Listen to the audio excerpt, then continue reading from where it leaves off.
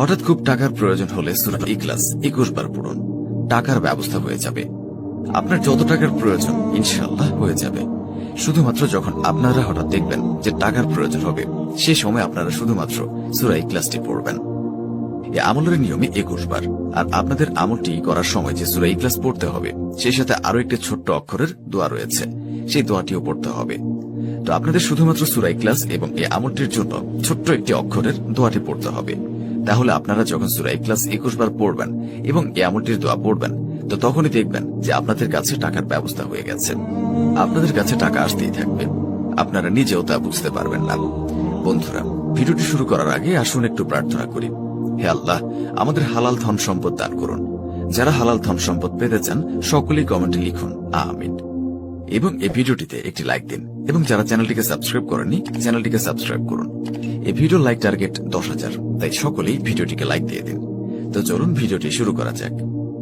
বিশেষ করে এই আমলটি খুব বেশি কাজে আসবে তখনই যখন আপনাদের হঠাৎ খুব টাকার প্রয়োজন হবে। সেটা হতে পারে যে কোনো দরকারে। আপনার যখনই টাকার প্রয়োজন হবে, আপনি একটু কষ্ট করে সূরা ইখলাসের এই আমলটি করবেন, তাহলে দেখবেন যে আপনাদের কাছে টাকার ব্যবস্থা হয়ে গেছে। খুবই সহজ নিয়ম আমলটির, এবং আপনারা খুব সহজে রেজাল্ট পেয়ে যাবেন। তো আপনাদের এখন এই আমলটির কথা বলে দিচ্ছি।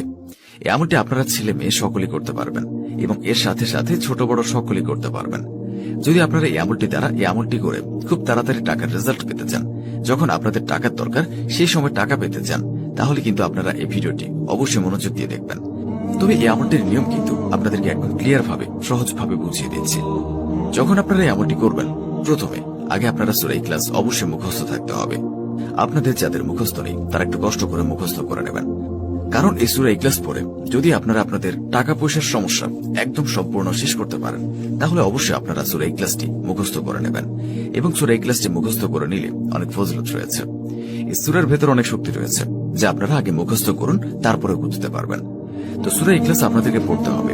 তো তখন আপনারা অবশ্যই এই আমলটি করার জন্য শুদ্ধভাবে সূরা ইখলাসটি পড়বেন। আর আপনাদের যে দোয়াটি 21 বার পড়তে হবে, সেই দোয়াটি মাত্র আপনাদেরকে 3 বার উচ্চারণ করে শোনাচ্ছি। তাহলে আশা করি আপনারা বুঝতে পারবেন দোয়াটি হলো সুবহানাল্লাহ।